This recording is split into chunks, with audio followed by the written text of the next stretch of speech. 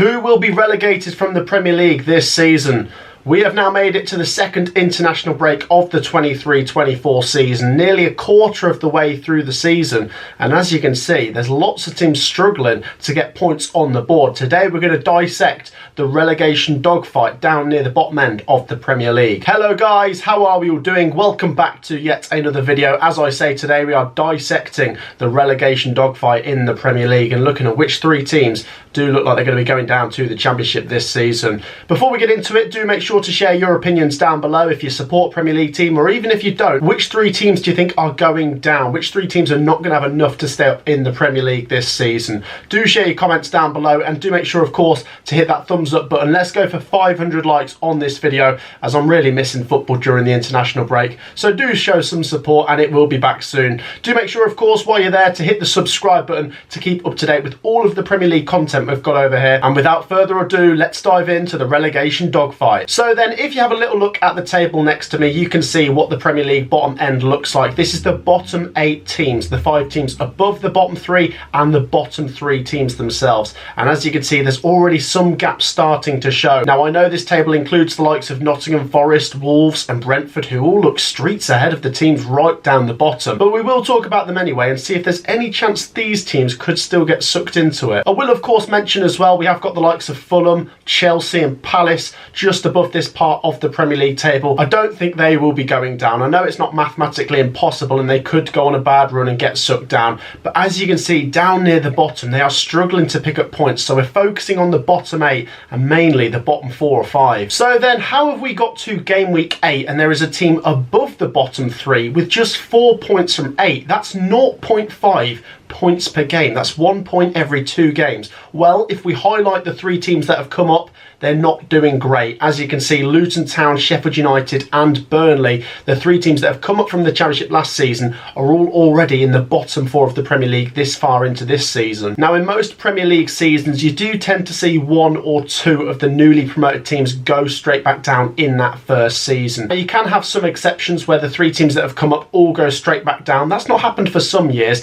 and like last season when all 3 newly promoted teams stayed up, once again, I don't think that's going to happen again this year. As you can see, the 3 that have come up are really struggling. I know it's still very early on in the Premier League season, but you can almost draw a bit of a line here at the moment and just show that there's already a 3-point and a 6 goal difference gap between 16th place Everton and 17th place Luton. That can shut in a matter of 1 week or 2 weeks, and that's what we're looking at today. Now, before we go through each of these teams one by one, it is just worth pointing out a couple of stats and an estimation I've come up with for this season as well. Now, if you look at the last 5 Premier League seasons as a sample size to see what the requirements are to stay up in the Premier League, the average middle ground between 17th and 18th is 34.9 points. So basically, if you get to 35 in most seasons, that should keep you up. And I did say that about last season, 35 to survive. And in the end, Everton got 36 and stayed up. Leicester got 34 and went down. So that was where we were. This time round, though, it does look like it could be a bit of a different picture down near the bottom.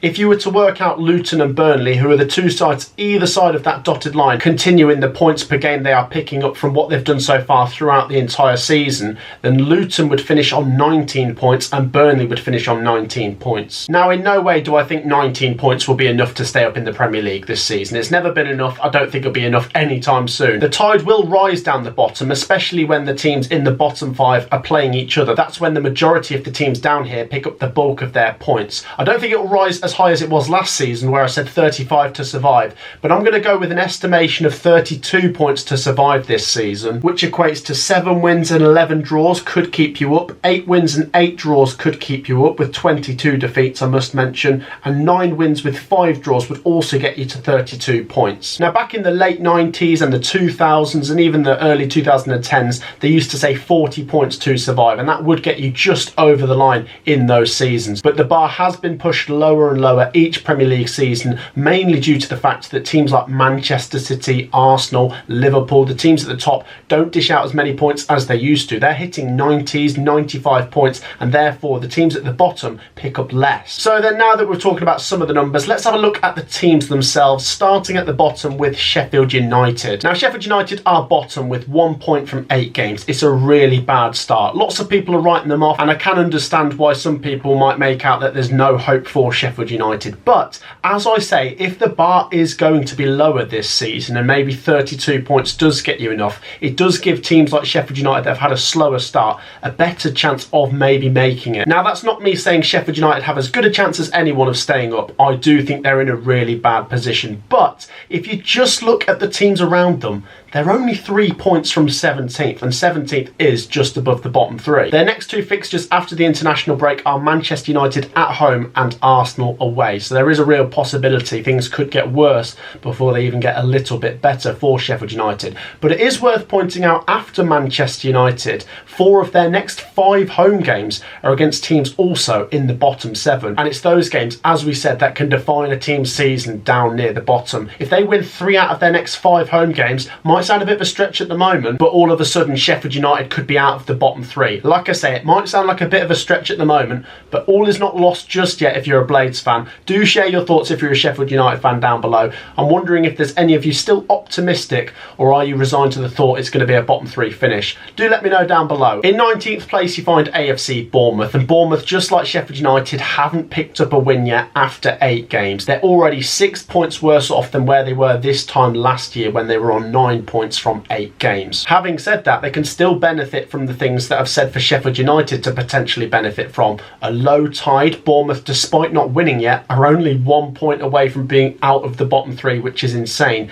And some interesting fixtures coming up. Out of all the teams in the bottom 6 or 7, I make Bournemouth's fixtures in the next 4 games up until the next international break the nicest on paper, if there is such a thing in the Premier League. I'm especially interested in their next 2 games, back-to-back home games against Wolves and Burnley. Now, if Bournemouth don't win either of those 2, then I am starting to get concerned. But if they get 4 points or even 6 from those 2, then it's a very different picture down near the bottom. Now, Burnley are in 18th, and most people looking at the 3 teams that have come up are leaning towards Burnley being the one that they've got the most hope for staying up. They're only in the bottom 3 on goal difference at the moment. They've scored the most goals out of the entire bottom 4 down here, and they do play that open style of football that you think will benefit them in some fixtures. In some fixtures, obviously not. They have had their fair share of beatings, and that's why their goal difference is worse than Luton Town's. But in those crucial head-to-heads against the likes of Luton Town, they can win those games, and that's what they did at Kenilworth Road. And it is interesting if you look at Burnley's next couple of fixtures, because I also think there's some winnable ones in there for them. Burnley's next 3 games include back-to-back away games at Brentford and Bournemouth before a home game against Crystal Palace. Now, I do think Burnley have a good chance of getting 1 win out of those 3. If they get 2 wins out of those 3, then that will lift them quite far away from this bottom 3 with the current rate of things down here. Burnley fans, do share your thoughts down in the comments as well. I feel like out of the newly promoted teams, your fans are probably being the most optimistic, and for me as well, I would say there's this trust in Vincent Kompany, despite a slow start, that things will get better, and for me there is a confidence that Burnley will start picking up more points. Next up, in 17th place, you find Luton Town. Now, despite just 4 points in 8 games, as we say, 1 point every 2, 0.5 every game, they are outside the bottom 3, and they are also a team that could benefit from a low tide this season. It's interesting when you look at the expected goals for the teams down here. Sheffield United are 20th in the expected table, Bournemouth 19th and Burnley 18th, who are all in that bottom 3 in that order. But Luton are 15th in the XG table. From what I've seen of Luton Town this season, it does look like they're actually here for the fight. Yes, they've not got the budget, they've not spent loads on players, and they're maybe not going about it the conventional way of a team that's really desperate to stay up, but I still think there's this chance that Luton Town might stay up, and some people are still writing them off. But let's look at it game by game. We've got to game week 8, and they are outside that bottom 3. That said though, looking at Luton Town's next 4 fixtures, it might get a little bit worse before it maybe gets better again for them. Nottingham Forest and Aston Villa both away. Those sides both are very good at home. Then it's Liverpool at home, and then Manchester United away. 4 very difficult games on paper there for Luton Town. If they could pick out 1 win out of those 4, or even maybe 2 draws, then they'll keep themselves in a good position going into the next international break. Another thing worth pointing out with Luton Town is, if it's going to be this tight, through the entirety of the season, then their slightly better goal difference might benefit them in the long run. I know it's points that matter the most, and who gets the most points will stay up, but if there is that chance that they could be level on points with someone at the end of the season, their goal difference will basically be an extra point. As you can already see, it's better than the 3 teams below them. Next up then, and we have got Everton, who have moved away from a bottom 5 and left it more looking like a bottom 4, as Everton have latched onto the teams above them, level on points with Brentford, only a point behind Wolves and 2 points behind Forest, and that's due to the fact that they picked up 2 wins in their last 3. That is massive in a relegation dogfight, especially when the teams below you are absolutely struggling to just get a draw on the board. Everton at the same time have drastically improved their goal difference with a 3-goal difference swing against Bournemouth, and the fact they beat Brentford 3-1 as well benefited their goal difference by 2. So despite that really poor defeat to Luton Town from an Everton perspective, those 2 wins either side of it has made the Luton Town defeat not so bad. One thing I do need to point out though with Everton is when we look at the fixtures, there is that possibility that Everton might get sucked back into it again before the next international break. Their next 4 games include Liverpool, West Ham, Brighton and Palace. All 4 of those teams are above them and they're all in the top half. So there's some difficult games coming for Everton. Once again, just like what we said with Luton, if Everton could just pick out even 1 win out of those 4 games, it might just keep their buffer the same going into that next international break. And then after that, their fixtures do get a little bit nicer. Next then we move into 15th place and we find Brentford. Now, as I've said before, you can find any team down here this early on into the season. It's just a slow start and you'll be in this picture this early on. Although most of us, including myself, don't consider Brentford to be a team that should be involved in this battle. But it is worth mentioning as they're only 3 points above that bottom 3, who everyone, as I say, has been criticising for being real slow movers, and it's no wins in 6 for Brentford as of right now. That said though, let's go back to the positives. They've got good players in Mbuemo and Visa. Their goal difference is certainly not a goal difference of a bottom 3 or 4 team, and their fixtures looking forwards don't look too bad either. The next 3 games for Brentford in particular I would look at: Burnley at home, Chelsea away, and then West Ham at home. I do think Brentford will get their 2nd win somewhere in there, maybe their 3rd as well, and then at that stage they'll start pulling away and getting back close to the top half. Next up in 14th place you find Wolverhampton Wanderers, and 5 points in their last 3 games has blasted them well out of the picture despite a very slow start with just a few points picked up from those first 5 games. Wolves are another team who are benefiting from a low tide below them right now, as they are now 4 points clear with just picking up 1 point per game. They've picked up 8 points from 8 games and they're 4 points clear, so Wolves look pretty clear out of the picture right now. And what I must mention as well with Wolverhampton Wanderers is the performances. I think they look like a team that will be closer to mid-table than this bottom 3 picture, and the teams they've picked up points against as well. 4 points against Manchester City and Aston Villa is incredible. The Man City win was brilliant, just shows the resilience of this team and that never say die nature that Gary O'Neill seems to be implementing. And even to get a 1-1 against Aston Villa when Wolves had less men than them, they still clung on at the end, maybe with a little bit of luck as well, as that Ollie Watkins header came off the post deep into stoppage time. But it does look as of right now that Wolves are clear of that conversation below them. It is interesting to look at their next couple games. Their next 2 home games after the international break are Newcastle and Tottenham. They're not easy, but their next 2 away games are big 6-pointers below them as they take on Bournemouth and Sheffield United. I must say I am really intrigued by that AFC Bournemouth versus Wolves game just after the international break, as it's obviously Gary O'Neill going back to Bournemouth, and I am sure it would be a sweet one for him to get a victory there. Wolves at the moment I do make favourites going into that game, but they've got to be careful with those 2 away games coming up. Losing either or both of them could suck them back down again. Wolves fans, do share your thoughts down below. As of right now, I think you look absolutely fine. I think you look more like a mid-table team, as I've said. And I must say, a massive well done as well, because it was so close to the start of the season that there was that chaos with the old manager Lopetegui, and Gary O'Neill came in at such short notice.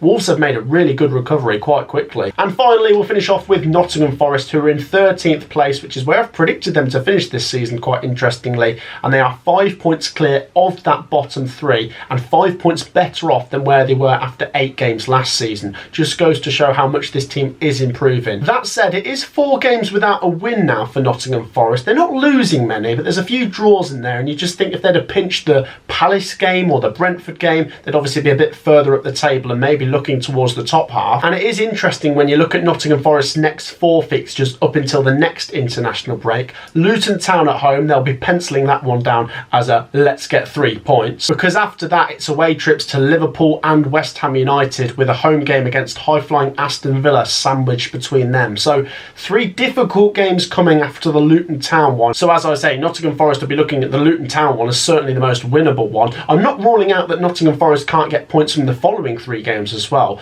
One thing I will mention with Forest is they already look so much better on the road than what they were last season. Remember, they were 20th when it came to away results last season, and if they can just keep the home form as good as it was last season, they're still unbeaten at the City Ground this year, then Nottingham Forest will be fine. And like I say, I predicted them to finish 13th. I wouldn't rule out a higher finish than that, but looking at those next 4 games, if they struggle to get more than 3 or 4 points, then the teams below them might look at Nottingham Forest as a team that they want to drag down with them. Nottingham Forest fans, do certainly share your thoughts down below in the comments. I do think it's such a nicer picture to see for the Nottingham Forest fans that they're not right in the thick of it, and right now Nottingham Forest are further up the hill watching the fight go down beneath them. It does seem clear that the expectations for Nottingham Forest this season have been raised after last year, and it will be interesting to see if they're higher or lower when we get to the next international break in 4 games time. So then guys, that is the end of me dissecting the bottom 8 of the Premier League table for now. We'll come back to it in a few more games time.